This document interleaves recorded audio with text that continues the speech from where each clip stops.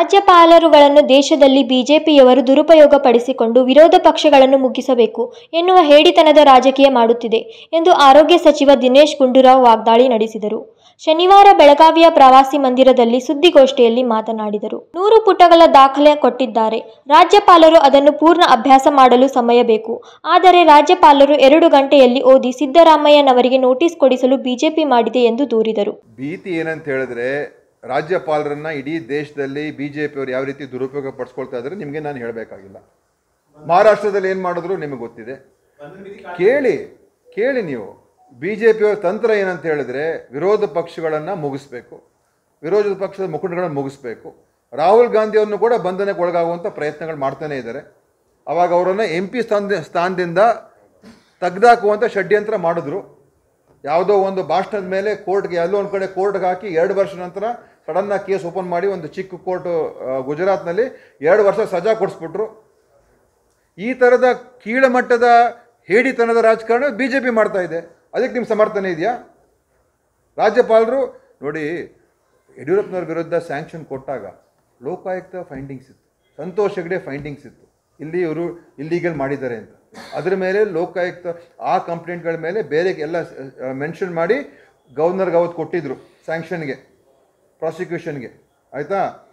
ಬೇಕಾದಷ್ಟು ವಿಷಯಗಳು ಹೊರಗೆ ಬಂದಿತ್ತು. ಅದನ್ನು ಸ್ಟಡಿ ಮಾಡಿದ್ರು. ಸುಮಾರು ದಿವಸ ತೊಗೊಂಡ್ರು ರಾಜ್ಯಪಾಲರು ಸ್ಯಾಂಕ್ಷನ್ ಕೊಡೋದಕ್ಕಿಂತ ಮುಂಚೆ. ಇಲ್ಲಿ ಏನು, ಬೆಳಗ್ಗೆ ಇವರು ಕೊಡ್ತಾರೆ, ಮಧ್ಯಾಹ್ನ ಇವರು ಸ್ಯಾಂಕ್ಷನ್ ಲೆಟರ್ 100 ಪೇಜ್ ಡಾಕ್ಯುಮೆಂಟ್. ಅದು ಆ 100 ಪೇಜ್ ಡಾಕ್ಯುಮೆಂಟ್ ಓದೋದಕ್ಕೂ ಸಮಯ ಬೇಕು. ಈ ಗವರ್ನರ್ಗೆ ಯಾವ ರೀತಿಯಾಗಿ ದುರುಪಯೋಗ ಪಡಿಸ್ಕೊಂಡಿದ್ದಾರೆ ಅಂತ ಇದು ಸ್ಪಷ್ಟವಾಗಿ ಗೊತ್ತಾಗ್ತದೆ. ಅವತ್ತೇ ನನಗೆ ಮೇಲ್ನೋಟಕ್ಕೆ ಅನ್ನಿಸ್ತಾ ಇದೆ, ನೀವು ಇದರಲ್ಲಿ ತಪ್ಪು ಮಾಡಿದ್ದೀರಾ, ನನಗೆ 1 ವಾರದಲ್ಲಿ ಉತ್ತರ ಕೊಡಿ. ರಾಜ್ಯಪಾಲರಿಗೆ ಸ್ಯಾಂಕ್ಷನ್ ಮಾಡುವ ಪವರ್ಸ್ ಇದೆ. ನಮ್ಮ ಸಂವಿಧಾನದಲ್ಲಿ ಅವರಿಗೆ ಸ್ಯಾಂಕ್ಷನ್ ಮಾಡುವಂಥ ಪವರ್ಸ್ ಇದೆ. ಚೀಫ್ ಮಿನಿಸ್ಟರ್ ಆಗಿರ್ಬೋದು, ಮಂತ್ರಿ ಆಗಿರ್ಬೋದು, ಸ್ಯಾಂಕ್ಷನಿಂಗ್ ಅಥಾರಿಟಿ ಅವರೇ ಕೊಡಬೇಕು. ಅದರ ಬಗ್ಗೆ ಬಟ್ ಕೋರ್ಟ್ ಜಡ್ಜ್ಮೆಂಟು ಹೇಳಿದೆ ಕೊಡ್ಬೋದು. ಆದರೆ ಕೊಡಬೇಕಾದ್ರೆ ಅವರು ಇದನ್ನು ಸಂಪೂರ್ಣವಾಗಿ ವಿಚಾರಣೆ ಮಾಡಿ ವಿವೇಚನೆ ಉಪಯೋಗಿಸಿ ನಂತರ ಕೊಡಬೇಕು ಅಂತಲೇ ಕೋರ್ಟ್ ಹೇಳಿದೆ. ಕೆಲವು ರಾಜ್ಯಪಾಲರ ಈ ಥರ ಸ್ಯಾಂಕ್ಷನ್ಗಳನ್ನು ಕೋರ್ಟ್ ರದ್ದು ಮಾಡಿದೆ. ನೀವು ಸುಮ್ಮನೆ ಏಕಾಏಕಿ ಯಾರೋ ಬಂದು ಕೊಡ್ತಾರೆ, ನೀವು ಒಂದು 1-2 ಅವರ್ಸಲ್ಲಿ ನೋಡ್ತೀರಾ, ಮತ್ತು ನೀವು ಅದನ್ನು ಕಳಿಸ್ಕೊಟ್ಬಿಟ್ರೆ ಇದು ಸ್ಪಷ್ಟವಾಗಿ ಕಾಣಿಸ್ತಾ ಇದೆ. ರಾಜಭವನವನ್ನು ದುರುಪಯೋಗ ಪಡಿಸ್ಕೊಳ್ತಾ ಇದ್ದಾರೆ.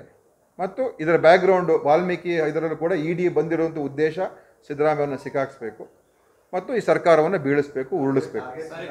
ಟಾರ್ಗೆಟ್, ಯಾಕೆಂದರೆ ಒಂದು ಧ್ವನಿ, ಅದು ಶೋಷಿತ ವರ್ಗದ ಪರವಾಗಿ ನಿಲ್ಲುವಂಥ ಧ್ವನಿ. BJPಗೆ ಸವಾಲಾಕಿ ನಿಂತಿರ್ತಕ್ಕಂಥ ಒಬ್ಬ ನಾಯಕ, BJPಯವರ ಎಲ್ಲ ಸವಾಲುಗಳನ್ನು ಸ್ವೀಕರಿಸಿ ಜಯಿಸಿರುವಂಥ ನಾಯಕ. ಅದಕ್ಕೆ ಅವರನ್ನು ಮುಗಿಸ್ಬೇಕು. ಬಿಜೆಪಿಗೆ ಕಾನೂನು ಎನ್ನುವುದೇ ಇಲ್ಲ. 95% ತನಿಖಾ ಸಂಸ್ಥೆಗಳನ್ನು ದುರುಪಯೋಗಪಡಿಸಿಕೊಂಡಿದ್ದು ಬಿಜೆಪಿ. ದೆಹಲಿ ಮುಖ್ಯಮಂತ್ರಿಯನ್ನು ಬಂಧಿಸಿದರು. ಈಗ ರಾಜ್ಯದ ಮುಖ್ಯಮಂತ್ರಿ ಸಿದ್ದರಾಮಯ್ಯನವರನ್ನು ಬಂಧಿಸಲು ರಾಜಭವನವನ್ನು ದುರುಪಯೋಗಪಡಿಸಿಕೊಂಡಿದ್ದಾರೆ ಎಂದು ಹರಿಹಾಯ್ದರು. ವಿನೋದ್ ಕೋಲ್ಕಾರ್, KMM ಕನ್ನಡ, ಬೆಳಗಾವಿ.